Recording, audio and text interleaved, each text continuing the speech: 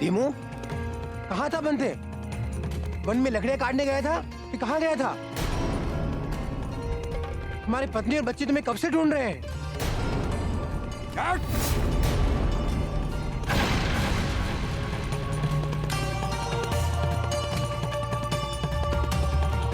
भीमू, क्या हुआ? इस प्रकार कहाँ जा रहे हो? गौशाला, गाय चाहिए। ये राज की गौशाला है, यहां से गाय क्यों चाहिए तुम्हें? मेरे स्वामी को भोजन के लिए गाय चाहिए। दूर हट मानो। भीमू, ये क्या हो गया तुम्हें? मैं तुम्हें यहां से नहीं जाने दूंगा।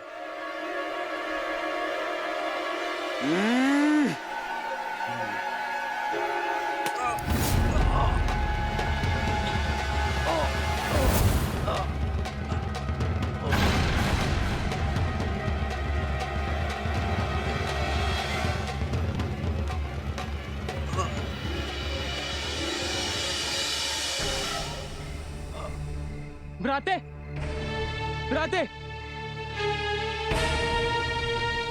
भ्राते, भ्राते, ये क्या किया आपने? अपने ही परम मित्र पर आघात। क्या हो गया है आपको?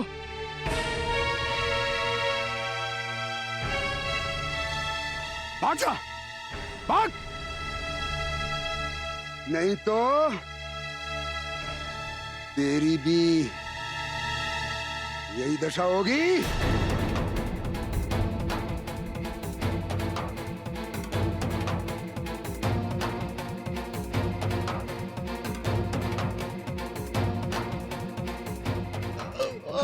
नागेश, नागेश, नहीं, नागेश, ये धीमू को क्या हो गया?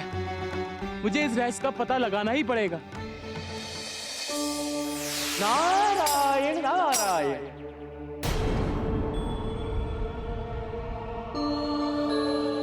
ये क्या बात है? कीर्तिवन ही नहीं, कीर्तिपुर भी समय की धारों की चपेट में आ गया है और समाधान करने वाले खुद समस्याओं से आंखें मूंदे बैठे हैं।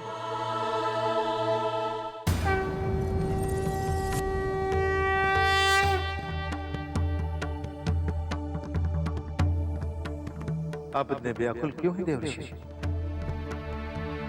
प्रभु, कीर्तिपुर के हालात देख रहे हैं आप। लोगों का क्या हाल हो गया है वहां पे। लोग अपना भूतकाल भूल चुके हैं और अपने भविष्य की चिंता छोड़ अपने वर्तमान को समाप्त किए जा रहे हैं। और आप हैं कि कुछ कीजिए प्रभु, नहीं तो वो दिन दूर नहीं जब पूर्ण काल चक्र समाप्त हो जाएगा। अपनी लीला आरंभ कीजिए प्रभु, अपनी लीला आरंभ कीजिए। समय हो चला है। लीला तो कब की आरंभ हो चुकी है देवर्षि।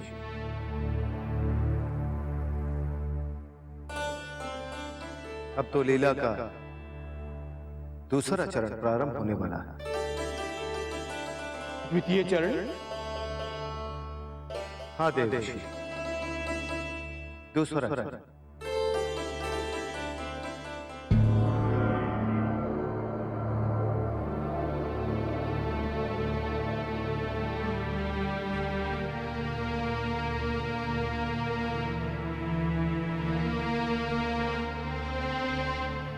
हम जानते हैं अंजना, आप इतनी व्यतीत क्यों हैं। हनुमान ने सबसे असत्य कहा, इसीलिए ना। और वो 2 दिवस तक कारावास से भी लोग थे, किंतु आप ये सत्य जानती थी, किंतु आपने मुझे बताना भी आवश्यक नहीं समझा। क्यों? अच्छा किया अंजना, अन्यथा हनुमान के हाथों इतना शुभ कार्य नहीं हो पाता। किंतु स्वामी, हनुमान ने आपकी आज्ञा की अवहेलना तो की ही ना। देखो अंजना, जो हो गया वो हो गया। अब आप और मैं चलकर हनुमान से बात करते हैं। और हाँ, आप हनुमान पर क्रोधित मत होना। हनुमान बड़े हो रहे हैं और इस अवस्था में हर बालक थोड़ा उपद्रवी हो जाता है, और फिर हम माता पिता का कर्तव्य ही बनता है अपने पुत्र को सत्य मार्ग पर लाने का। आइए चलते हैं। ठीक है स्वामी, मैं चलती हूँ आपके साथ और हनुमान को समझाऊंगी भी, किंतु इस बार हनुमान की कोई भी वंचना मेरे समक्ष आई तो उन्हें दंड स्वयं मैं दूंगी। अंजना, हनुमान और अधिक उद्दंडता ना करे, इसलिए तो उन्हें समझाने की आवश्यकता है। आइए हम चलकर उनसे बात करते हैं।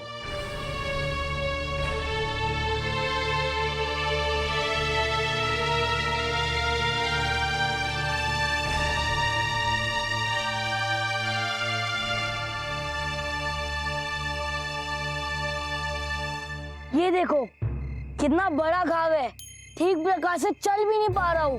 पर उस मंडली को डराने कैसे जाएंगे? आज हम नहीं जाएंगे। तो फिर कहा ना नहीं जाएंगे। पहले हनुमान ने चोट दी, फिर अब तुम मेरे से ऐसे बात कर रहे हो। क्या करूँ, मुझे उसमें क्रोध आ रहा है। क्रोध तो मुझे भी आ रहा है, किंतु ये तो हमारा मित्र ही। मित्र होकर उसने मुझे धक्का दिया, चोट पहुंचाई। ये कोई मित्र धर्म है क्या? ऐसा मित्र होने से बिना मित्र के रहना ही अच्छा है। आप कौन है बाबा? मैं आप लोगों का नवीन मित्र। आप हमारे मित्र कैसे हो सकते हैं? आपका और मेरा कभी परिचय नहीं हुआ है।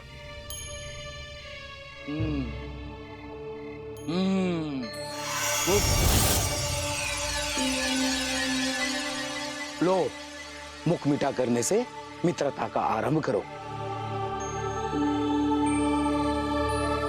मैं एक ऋषि हूं, वन में रहकर साधना करता हूं। जो भी बालक दुखी होते हैं वो सभी मेरे मित्र हैं। वाह, क्या स्वादिष्ट लड्डू है। आपने ये लड्डू कैसे प्रकट किया? मेरी कला से। आपको ये कला आती है? हाँ, यदि तुम दोनों चाहो तो लड्डू प्रकट करने की कला मैं तुम्हें सिखा सकता हूँ। आप हमें दीक्षा देंगे? हमें ये कला सिखाएंगे? अवश्य मित्रों। तो फिर बताइए ना। इसके लिए तुम दोनों को मेरे साथ मेरी कुटी पे चलना होगा।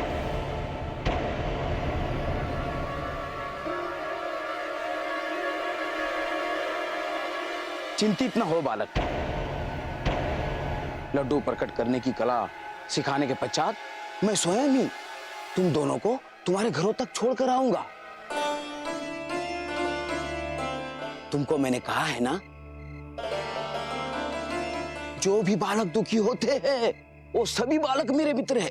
मैं किसी बालक का दुख नहीं देख सकता, हृदय छलनी हो जाता है मेरा। आप वचन देते हो ना? हाँ। आप हमें हमारे घर पहुंचा दोगे ना? यदि तुम दोनों को विश्वास नहीं है तो जाने दो। रुकिए बाबा। बाबा नहीं, मित्र कहो बालक, मित्र। तो कहो तुम दोनों मेरे साथ मेरी कुटी में चलोगे? हाँ। चलो बालक, आओ आओ बालक, आओ आओ। आज मैं तुम्हें और भी लड्डू खिलाऊंगा।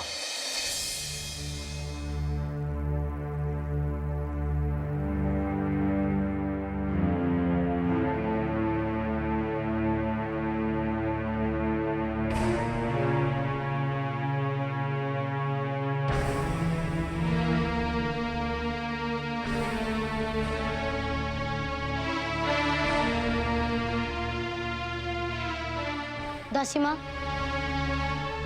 मुझे भोजन नहीं करना। महारानी ने आपके लिए भेजा है। वो स्वयं क्यों नहीं आई? मुझे सब कुछ ज्ञात है कि वो मुझसे क्रोधित है, और ये उन्होंने नहीं भेजा, आप स्वयं लेकर आई हैं, है ना?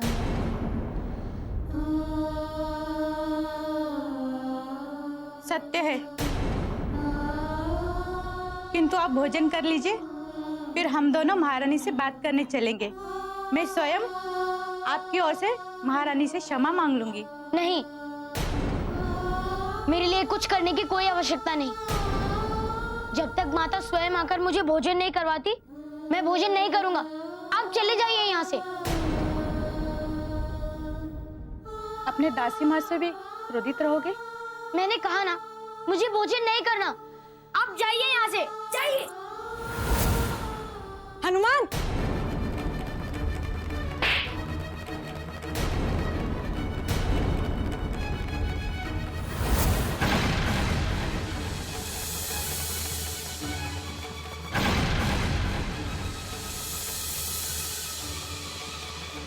बस बहुत हो गया। और किस किस को कष्ट दोगे तुम? कब तक हनुमान? कब तक मैं तुम्हारी उद्दंडताएं सबसे छुपाती रहूंगी? बोलो हनुमान, कब तक? हनुमान, मैं यहाँ प्रसन्न भाव से आपको ये समझाने आया था कि कदाचित आप हमारी बातों का मान रखोगे।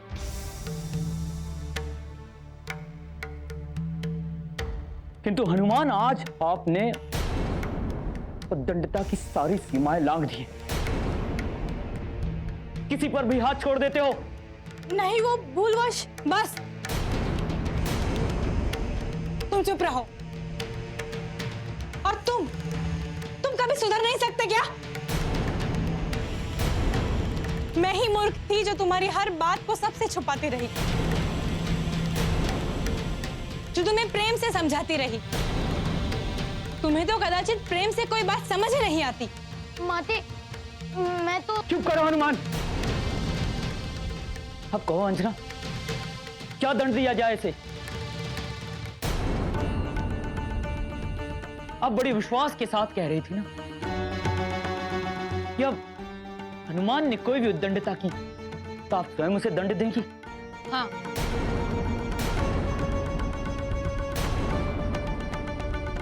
और मैं अपने कथन पर अड़िग भी रहूंगी। ये आज से इसी कक्ष में बंद रहेगा। ये आज से इसी कक्ष में बंद रहेगा। ना इसे कोई खाना देगा, ना पानी।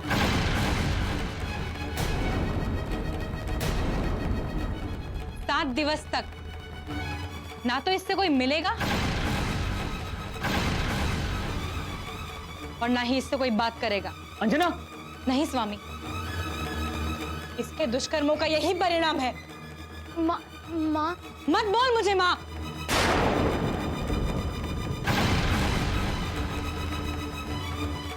और हाँ, सावधान, अगर किसी ने मेरी आज्ञा के विरुद्ध इसके कक्ष के द्वार खोलने की चेष्टा की तो ठीक नहीं होगा। माते, माते सुनिए तो। माते, मेरी बात तो सुनिए।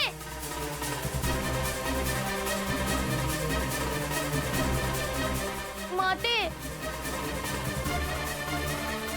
माते, माते। वर्तमान, आपने विधि लेखन क्यों रोक दिया? प्रभु, ये लेख पत्रों का समय आ गया। ये सभी लेख पत्र भूतकाल को देख लीजिए, किंतु भूतकाल के यहाँ ना होने से ये सभी लेख पत्र मेरे ही पास।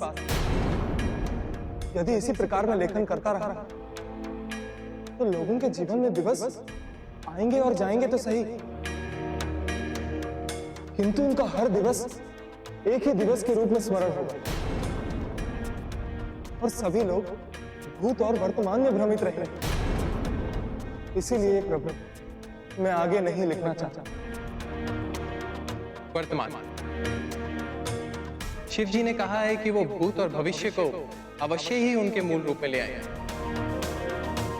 मैं मानता हूं इस प्रकार सब भ्रमित रहे और पृथ्वी पर अराजकता भी फैलेगी, किंतु आप लेखन बंद कर देंगे तो आप ही की मृत्यु हो जाएगी। किंतु आप लेखन बंद कर देंगे तो आप ही की मृत्यु हो जाएगी और वर्तमान के ना रहने का परिणाम और भी दुष्कर होगा। किंतु मैं क्या करूं प्रभु? मैं लोगों को भ्रमित होकर अराजकता फैलाते भी नहीं स्वीकार कर पा रहा। कभी कभी हमें बड़े नाश और छोटे नाश में से एक को ही चुनना होता है। आपका विधि लेखन बंद कर देना एक बड़ा नाश होगा, किंतु अराजकता फैलाना छोटी हानि। मेरी विनती स्वीकार कीजिए और लेखन करते रहिए। जी प्रभु।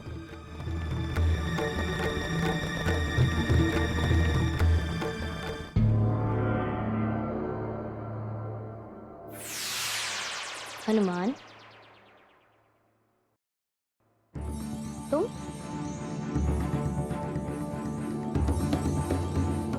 तो मेरे प्रतिबिंब हो। तुम यहाँ क्या कर रहे हो?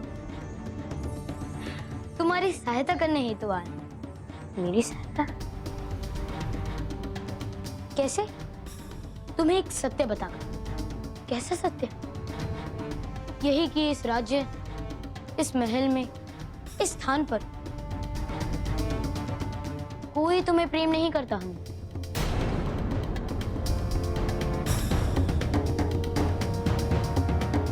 नहीं नहीं, ऐसा नहीं। मेरी माता मुझे बहुत प्रेम करती है। हाँ, अच्छा, इसी कारण उन्होंने तुम्हें थप्पड़ लगाकर इस कारागृह में बंद कर दिया। वो तो क्या? ना, अब ऐसा मत कहना कि ये सब मिथ्या भूत। ऐसा कुछ नहीं था हनुमान, तुम्हारे माता पिता तुम्हें आए ही दंड देने। यदि उनको तुम्हारी बात सुननी हो तो सुनते ना। नहीं, ऐसा नहीं है। वो दोनों क्रोधित थे ना, इसलिए उन्होंने मेरी बात नहीं सुनी। नहीं हनुमान, यही तो तुम नहीं समझते। जिस पर क्रोध करते हैं उसे प्रेम नहीं करते। जिसको दंड दिया जाता है उसे क्षमा नहीं करते। तुम्हारे पिताजी ने क्षमा की याचना करने के उपरांत भी तुम्हें किसी अपराधी की भांति कारागृह में डाल दिया, है ना? उन्हें ऐसा नहीं करना चाहिए था, किंतु मैं भी तो कारावास से भाग गया था। सोचो यदि तुम नहीं भागते, क्या उस ग्राम का भला होता? उन ग्रामवासियों का जीवन बचाने के लिए तुम्हें तो पुरस्कार मिलना चाहिए, किंतु तुम्हें क्या मिला? किंतु तुम्हारी माता ने तो तुम्हें धुतकार दिया। और तुम कहते हो कि तुम्हारी माता तुमसे बहुत प्रेम करती। क्यों? तुम्हारी माता को ना तो तुम्हारी उपस्थिति भाती है और ना ही तुम्हारी सूर।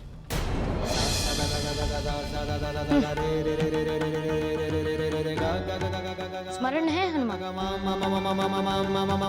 कि तुम्हारी माता ने तो तुम्हें पहचानने से ही मना कर दिया। क्या नहीं किया तुमने इस राज्य के लिए आज तक? और तुम्हें क्या मिला? धिक्कार, मात्र कटु वचन। धिक्कार है तुम पर। दंड, कारावास, प्रताड़ना, बस यही है सब कुछ तुम्हारे जीवन में। तो मैं क्या करूं? ये मेरा घर है,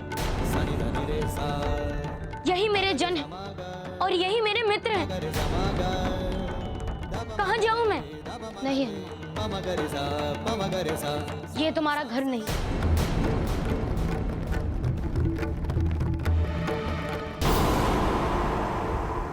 घर वो होता है जहां प्रेम हो। जन वो होते हैं जो तुम्हारी सहमति में साथ चले। मित्र वो होते हैं जो तुम्हारी अंतर्दृष्टि को समझे। हनुमान, ना ये तुम्हारा घर है, ना यहाँ तुम्हारे जन है और ना ही यहाँ तुम्हारे मित्र हैं। चले जाओ यहाँ से, यहाँ तुम्हारा कोई नहीं। चला जा, भाग जा यहाँ से। कहाँ कहाँ जाऊं मैं? वहाँ जहाँ तुम्हारा संसार, जहाँ तुम्हें कोई प्रेम करने वाला, तू जो करना चाहे वो कर सके, जहाँ तुम्हें कोई कुछ ना कहने वाला। मैं अपने श्री राम के पास जाऊंगा। जाओ हनुमान, जाओ, चले जाओ यहाँ से। स्वामी श्री राम के पास? नहीं हनुमान, नहीं, वो भी तुम्हारे स्वामी नहीं। अच्छा, यदि वो है ना, तो स्मरण है हनुमान कि एक बार उन्होंने तुम्हें अपने जन्म दिवस पर क्यों बुलाया था? मात्र अपने राज्य से एक मारीच को दूर करने। अयोध्या के राजकुमार है ना वो। यदि वो चाहते तो सबके सामने तुम्हें सम्मान के साथ प्रस्तुत कर सकते, किंतु उन्होंने ऐसा कुछ नहीं किया। हनुमान, उस राज्य में तुम्हारी केवल एक अपराधी या फिर एक असुर जैसी कराने वाले तुम्हारे स्वामी कैसे हो सकते हैं? सोचो हनुमान, सुनो, मेरे स्वामी के विषय में कुछ प्रलाप मत करो। अच्छा अच्छा, नहीं करता, किंतु तुम मेरे एक प्रश्न का उत्तर दोगे? नहीं, नहीं देता मैं तुम्हारे प्रश्न का उत्तर। चले जाओ यहाँ से, अभी चले जाओ।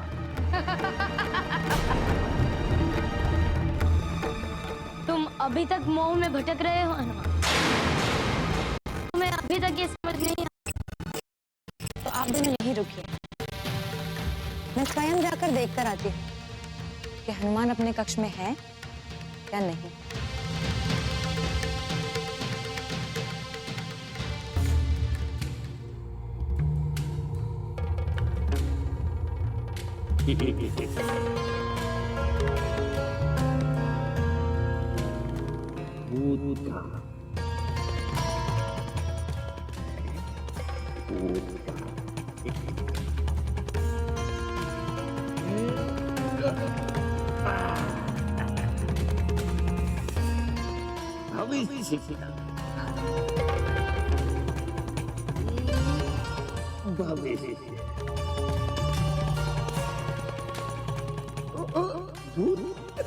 तुम भी अंदर आ।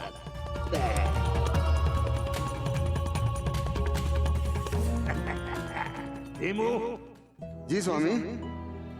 ये बकरियां खाते खाते हम ऊब गए हैं। अब हम कुछ और खाना चाहते हैं। आप भोजन में क्या लेंगे? आप जो आज्ञा करें मैं वही लेकर के आऊं। तुम जो है किसी मनुष्य का प्रबंध करो। किसी मनुष्य का मांस खाने का मन कर रहा है, जाओ लेकर आओ। जो आज्ञा स्वामी।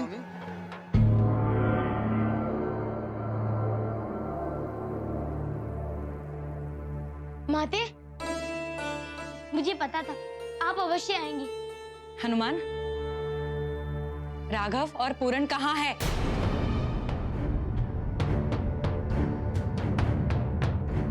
पूरन और राघव? माते, मुझे कुछ नहीं किया कि वो दोनों कहाँ हैं। तुम मिथ्या कह रहे हो ना? सत्य बताओ हनुमान, तुम पूर्ण रात्रि कहाँ थे और राघव और पूरन कहाँ है? उनकी माताएं उन्हें ढूंढ रही है। माते, मैं सत्य कह रहा हूँ, मुझे कोई ज्ञात नहीं कि वो दोनों कहाँ हैं। मैं तो पूरी रात्रि इस कक्ष में ही था। सच में? तुम कक्ष में थे? हाँ। तो तुम सत्य नहीं बताओगे। ठीक है, जब तक तुम सुधर नहीं जाते माते, तुम यहीं इसी कक्ष में बंद रहोगे। मैं सत्य कह रहा हूँ माते, मैंने कुछ नहीं किया। ना कोई तुम्हें भोजन कराने आएगा, ना कोई तुमसे मिलने आएगा, ना कोई तुम्हें पानी पिलाएगा। मुझे सच में कुछ याद नहीं है कि वो दोनों कहाँ हैं। मैं त्रस्त हो गई हूँ तुम्हारी हर दिन की उद्दंडताओं के बारे में सुन सुनकर। नहीं माते, ऐसा मत कीजिए। अब मैं तुम्हारा मुख कभी नहीं देखूंगी। जब तक तुम अपनी उद्दंडता से मुख नहीं मोड़ लेते तब तक। माते, मेरी बात तो सुनिए माते। माते,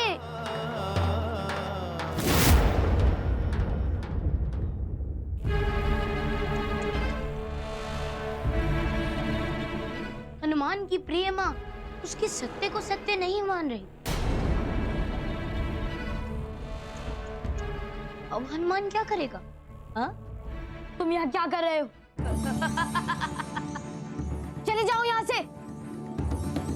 मुझे अकेला क्यों नहीं छोड़ देते? चले जाओ यहाँ से। जैसे तुम्हारी माता तुम्हें अकेला छोड़ गई है, वैसे ही।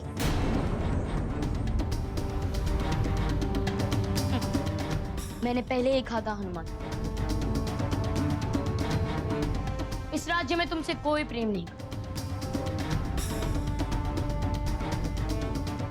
पता है, सब तुम्हें एक अपराधी की दृष्टि से देखते हैं। अब प्रतीक, अब क्या कहोगे? हाँ? तोड़ दो सारे बंधन और चले जाओ यहां से, समझे? कदाचित तुम सही कह रहे हैं। चले जाओ यहाँ से हनुमान, चले जाओ यहाँ से।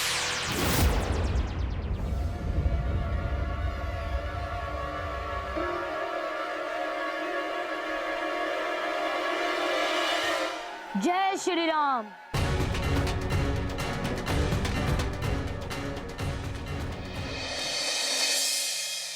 हनुमान का इस प्रकार घर छोड़कर चले जाना बहुत ही अनुचित है प्रभु। इस प्रकार क्रोध करके हनुमान को घर छोड़कर नहीं जाना चाहिए था। देवी, हनुमान का घर छोड़कर जाना, व्यथित और दुखी होना, यही इस लीला का दूसरे चरण का आरंभ है।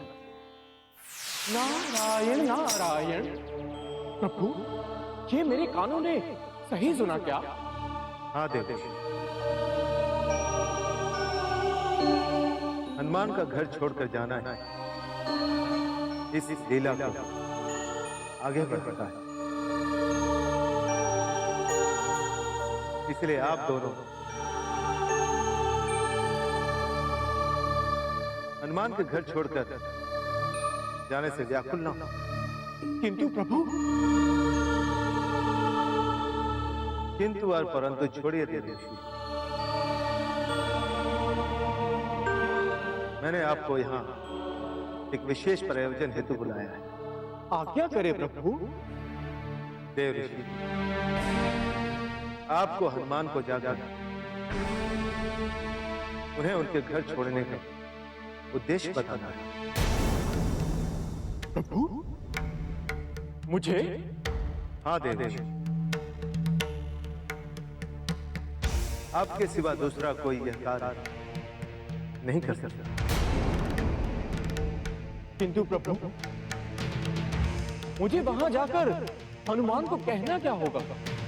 देव ऋषि, दुरासुर के अंत और समय के दोनों चरणों को पुनर्स्थापित करने के लिए हनुमान को मनाना है। अवश्य प्रभु। नारायण नारायण। मुझे क्षमा कर दीजिए स्वामी, मुझे क्षमा कर दीजिए, मुझे क्षमा कर दीजिए, मुझे क्षमा कर दीजिए। हनुमान की उद्दंडताओं को मुझे छुपाना नहीं चाहिए था। आप सत्य कह रहे थे स्वामी। मेरे ही कारण वो इतने बिगड़ गए हैं कि आज मुझसे ही असत्य भाष करने लगे हैं। आपके दोषी मैं हूँ स्वामी, आपके दोषी मैं हूँ। सुनना बंद कीजिए अंजना, दोषी कोई नहीं है। हनुमान आयु की जिस अवस्था में है उसमें इस प्रकार के कृत्य साधारण रूप से होते हैं। हम भी आयु की जब इस अवस्था में थे कई प्रकार की उद्दंडताएं की होंगी और उन उद्दंडताओं के कारण हमारे माता पिता को भी न जाने कितने प्रकार के कष्ट सहन करने पड़े होंगे। ये तो नियति है देवी, जो अपने आप को दोहराती रहती है। पर हमें खेद है कि हमने हमारे पुत्र हनुमान के साथ जो व्यवहार किया वो अधिक कठोर था। अंजना, हमें उन्हें समझाने के लिए चलना चाहिए। किंतु स्वामी। अंजना, अधिक विचार मत करो। माता और पुत्र एक दूसरे से कभी अलग नहीं हो सकते।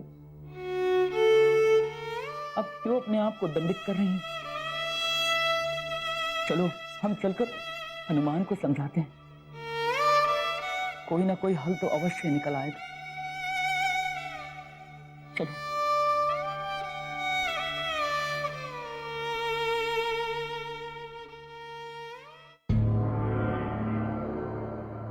हनुमान, हनुमान,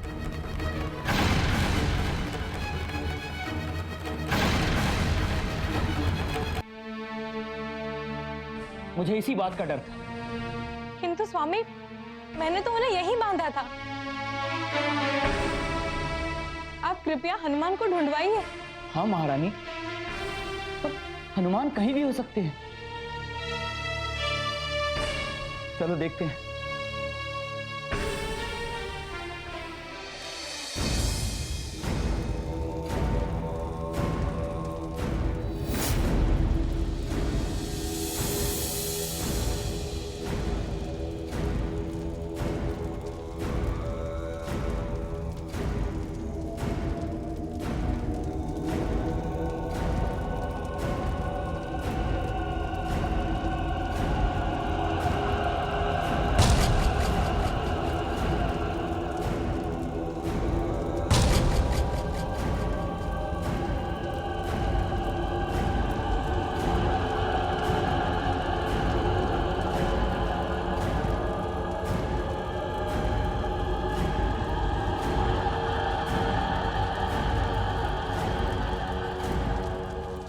हे शमशान वासिनी, दो बलि स्वीकार कर। दो नहीं, मुझे 3 बालकों की बलि चाहिए, तभी मैं प्रसन्न होंगी और तुझे अमृत का मार्ग बताऊंगी।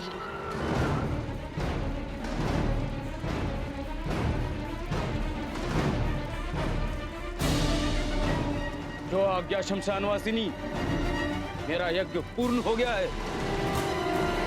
बलि के लिए एक बालक मैं और ले आता हूं।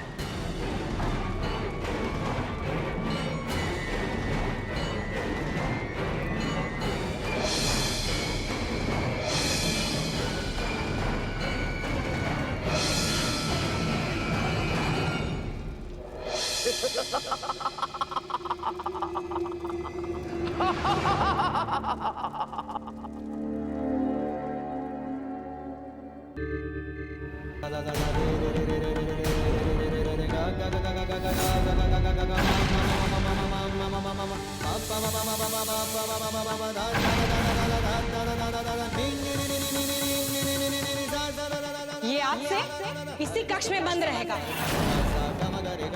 ये आपसे इसी कक्ष में बंद रहेगा। कोई मुझसे प्रेम नहीं करता, कोई भी।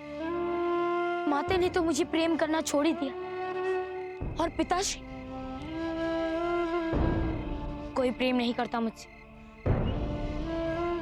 बचपन में एक अपराध क्या हो गया तो उसके लिए इतनी बड़ी सजा, कारागार में बंद कर दो, ये दंड दे दो, वो दंड दे दो, दंड दंड।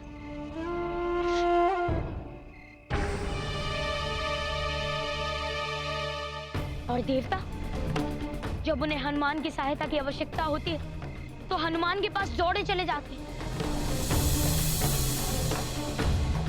जब हनुमान को देवताओं की आवश्यकता है तो कोई नहीं, कोई नहीं। बलि के लिए ये बालक सर्वथा उपयुक्त है। कोई प्रेम नहीं करता मुझसे। फिर मैं इस रात्रि में कहां जाऊं, कैसे जाऊं, क्या करूं?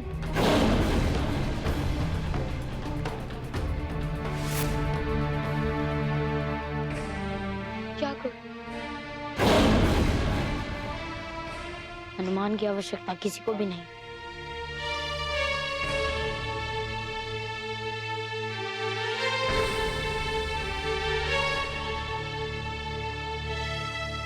करूं तो क्या करूं, कुछ समझ नहीं आ रहा। कहां जाऊं, कैसे जाऊं?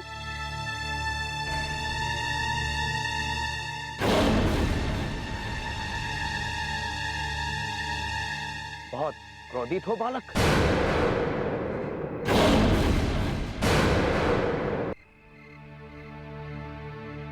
हाँ, क्योंकि मुझसे कोई भी प्रेम नहीं करता और मैं अपने घर को भी छोड़कर आ गया हूं। अच्छा किया। जहां पर कोई प्रेम नहीं करता उस स्थान पे रहना भी नहीं चाहिए।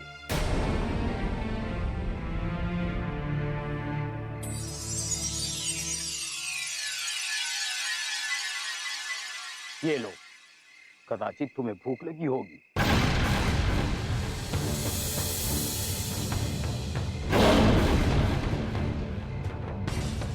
क्या ये मायावी लड्डू है? नहीं नहीं बालक, मेरी साधना से प्रसन्न होकर अन्य देव ने मुझे ये वर दिया है। मैं जो चाहूं भोजन को प्रकट कर सकता हूं। कदाचित बहुत समय से तुमने भोजन नहीं किया है। लो लो, इतने छोटे बालक पर इतना अत्याचार करने वाले लोग दुष्ट होंगे, ये सोचकर ही मुझे घृणा होती है। ऐसा लग रहा है मुझे ही हृदयघात हो जाएगा। यदि मेरा पुत्र जीवित होता तो तुम्हारी आयु का होता। आपका पुत्र? हाँ बालक, मेरा पुत्र। कुछ वर्ष ही हुए उसकी मृत्यु हो गई। तब से मुझे हर बालक में अपना पुत्र दिखाई देता है। तुम चाहो तो मेरे साथ चल सकते हो। बहुत प्रेम करूंगा तुम्हें। प्रभु, ये हनुमान को क्या हो गया है? ये तो उसी तांत्रिक के साथ चले गए हैं जिसने हनुमान के दोनों मित्रों को छल से अपनी कुटी में बंदी बनाकर रखा है और अपना अनुष्ठान पूर्ण होने पर वो उनकी बलि देने वाला है। देव, आप निश्चिंत रहें। हनुमान उस तांत्रिक के साथ गए अवश्य है, किंतु यह प्रयोग मात्र उनके क्रोध को असुर के अंत का आरंभिक चरण है। प्रभु, आपकी आज्ञा पर दुरासुर का अंत तो वैसे भी कर देते थे, तो इतने से प्रयोजन के लिए इतना सब स्वांग रचने की क्या आवश्यकता थी? यह स्वांग नहीं है देवी, यह इस लीला का सबसे महत्वपूर्ण चरण है। कैसे? देवी, क्रोध एक मात्र कारक है जो समय का भान होने नहीं देता। क्रोध में मनुष्य न तो भूतकाल की सोचता है और न ही भविष्य की चिंता करता है। चूंकि देवांश ही बुरासुर के अंत का कारण बन गया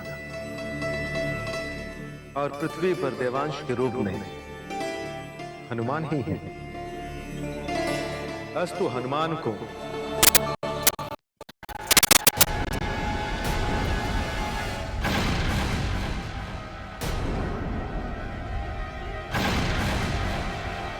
राघव, पूरन,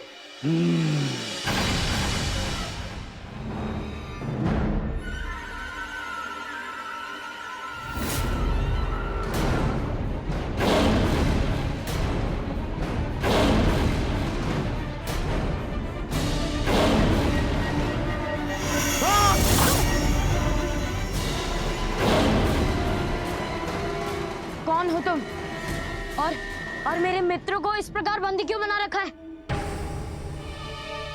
अरे तुमने मुझ पर कौन सा प्रहार किया? लगता है तू भी कोई मायावी है।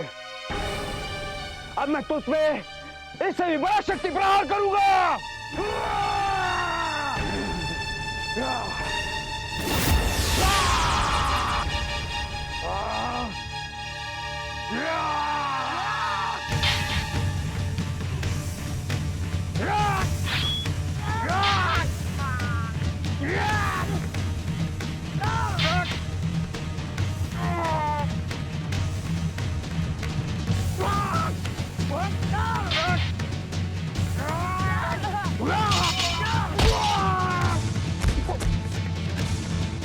राघव, राघव उठो, उठो राघव, राघव उठो, राघव।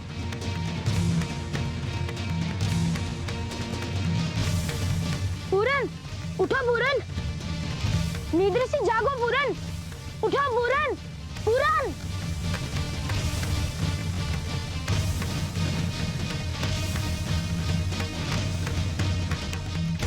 राघव उठो, उठो राघव, उठो, जल्दी उठो।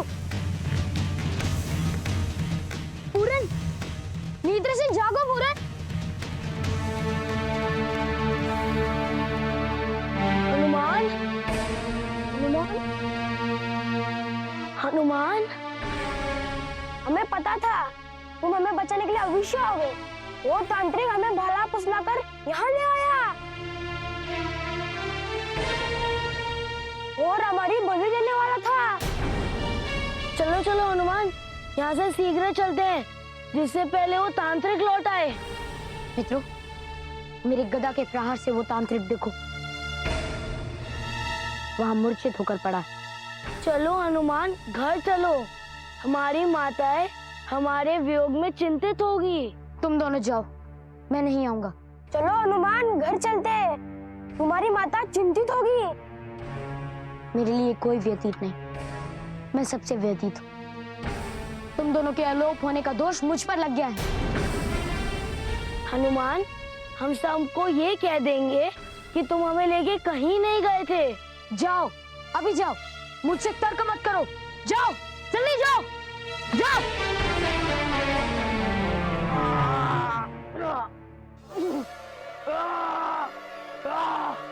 तूने मेरी साधना भंग की है, मेरे बलि के बालक को छोड़ दिया। अब मैं तुझे जीवित नहीं छोड़ूंगा।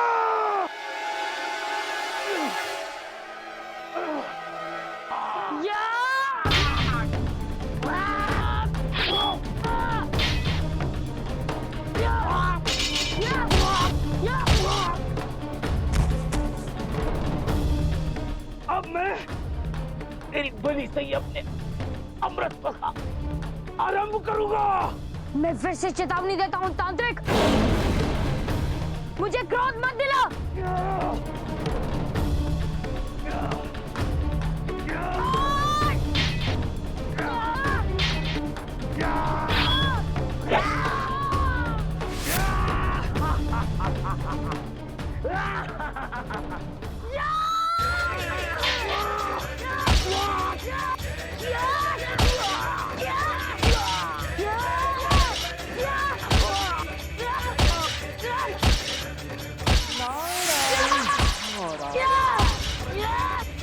ऐसा क्रोध?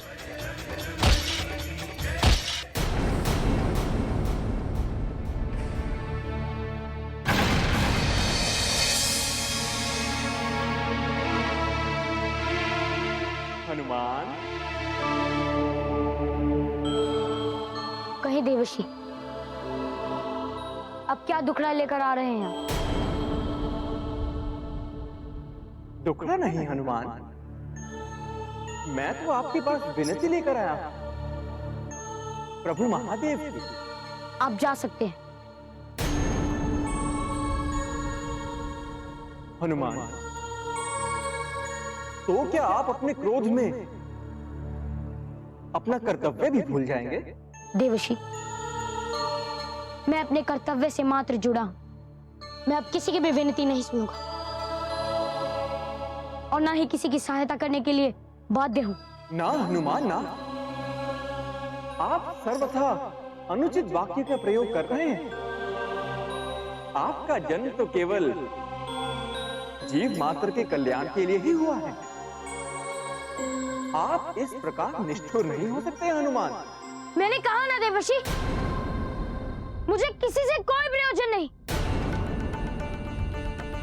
मेरी आपसे विनती है कि आप यहाँ से चले जाइए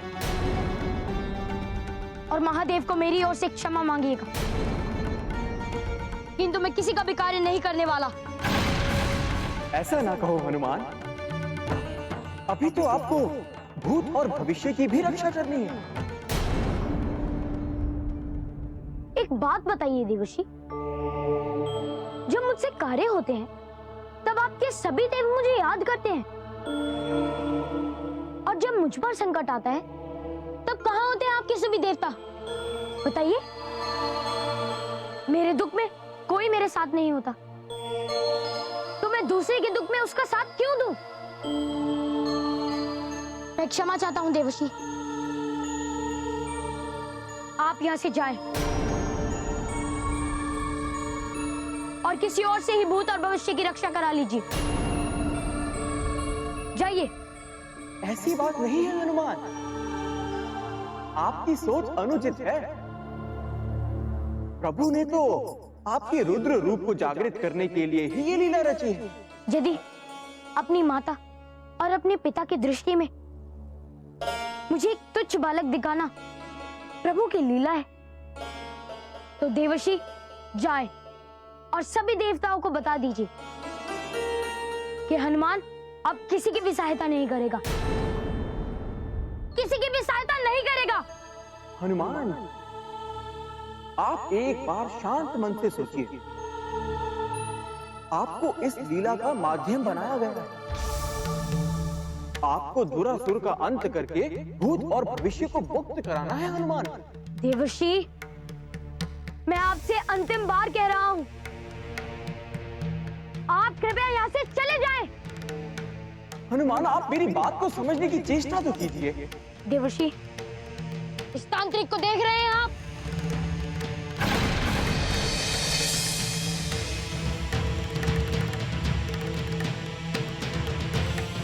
हनुमान, आप मेरी बात। चले जाइए यहाँ से।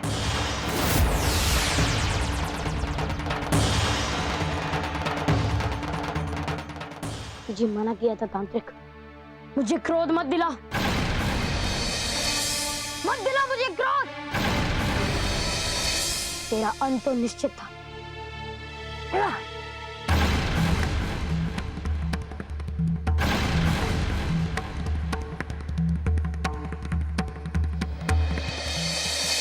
आप दोनों रात्रि में क्यों नहीं आए?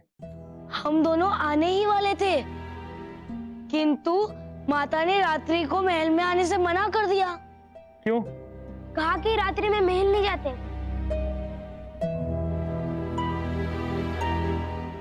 अब तक तो हनुमान ना जाने कहां चले गए होंगे। फिर भी एक प्रयास करके देखते हैं।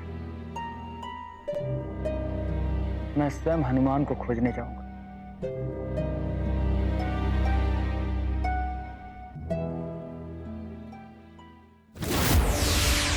प्रभु, प्रभु, मुझसे कोई भूल हो गई थी क्या, जो आपने मुझे हनुमान के समक्ष भेज दिया? वो इतने रुष्ट थे कि उन्होंने मुझ पर गदा उठा ली।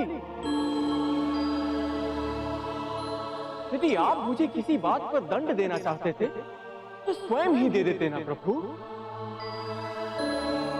देवर्षि, आप देवऋषि होकर भी हनुमान से डरकर भाग खड़े हुए। माते, देव ऋषि, देवांश और उस पर भी रुद्रांश नहीं। हनुमान के आगे कालांत की नहीं चली, तो मेरी कैसे चलती माते? इसीलिए तो मैं भाग खड़ा हुआ। प्रभु, मैं आपसे निवेदन करता हूं, जब तक हनुमान का क्रोध शांत नहीं हो जाता, कृपया मुझे हनुमान के समक्ष ना भेजें। इस बार तो केवल चेतावनी दी है, पुनः ना जाने वो मेरा क्या हाल करेंगे। ठीक है देव ऋषि, आप हनुमान के पास नहीं, किंतु समय देव के पास तो जा सकते हैं ना? हाँ प्रभु, उनसे मुझे कोई संकट नहीं प्रतीत होता। उनके पास तो मैं अवश्य चला जाऊंगा। आप आज्ञा करें। देव ऋषि, उन्हें जाकर कहिए कि वो हनुमान को समझाने की चेष्टा करें। नारायण नारायण, अर्थात इस पर समय देव पर हनुमान नामक संकट आने वाला है। नारायण नारायण। शीघ्रता करें देव ऋषि, समय देव के प्रति समय नहीं। क्यों आ गया प्रभु? प्रभु, आप सब कुछ जानते हुए भी नारद जी को हनुमान के समक्ष क्यों भेज दिया? देवी, मैंने आपको कहा था ना, हनुमान को क्रोध की विकाष्ठा तक ले जाना और समय दे इसी प्रयोग के अगले बिंदु तो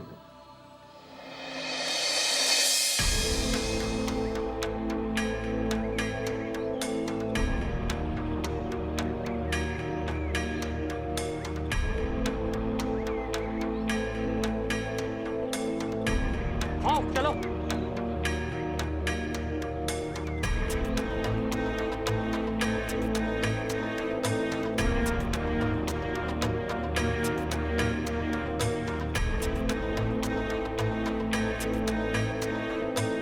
राघव और पूरन का बताया हुआ स्थान तो यही है। ये देखिए महाराज, कदाचित ये वही तांत्रिक है जो राघव और पूरन की बलि चढ़ाना चाहता था। हनुमान ने ही इसका ये हाल किया होगा महाराज। अर्थात ये हनुमान के क्रोध की बलि चढ़ गया। मंत्री। हाँ महाराज। चलो हनुमान को वन में ढूंढेंगे। चलिए। चलो।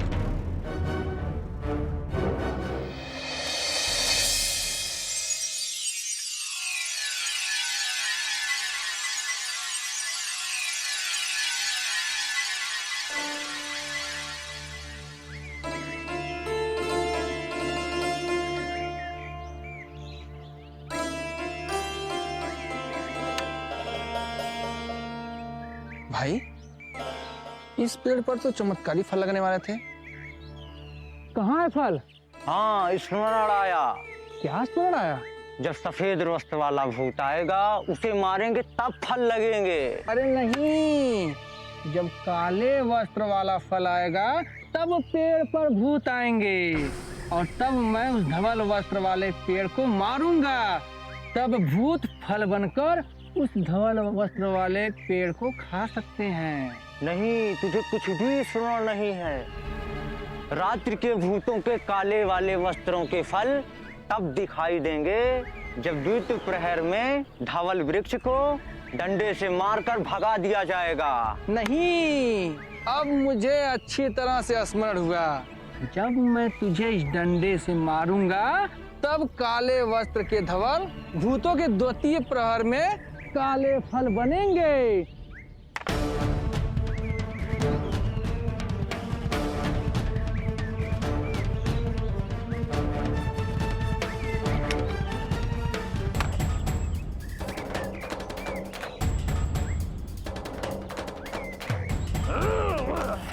नारायण।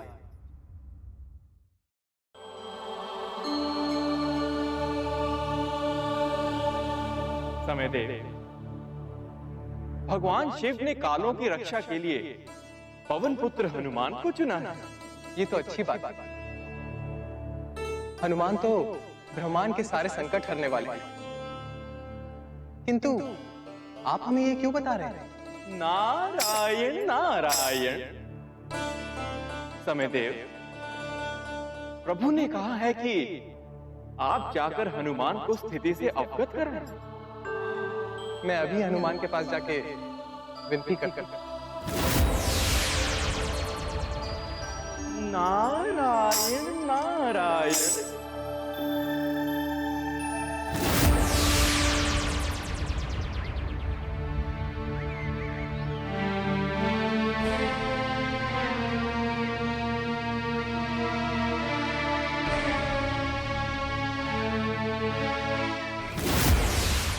हनुमान,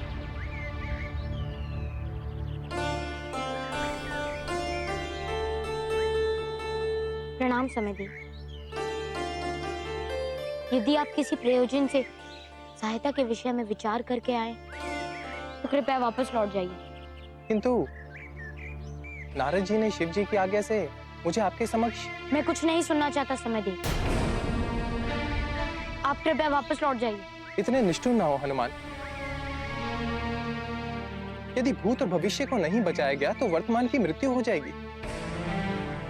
इस स्थिति में पूरी सृष्टि पर समय रुक जाएगा। सब कुछ बहुत बड़ी अराजकता में बदल जाएगा हनुमान।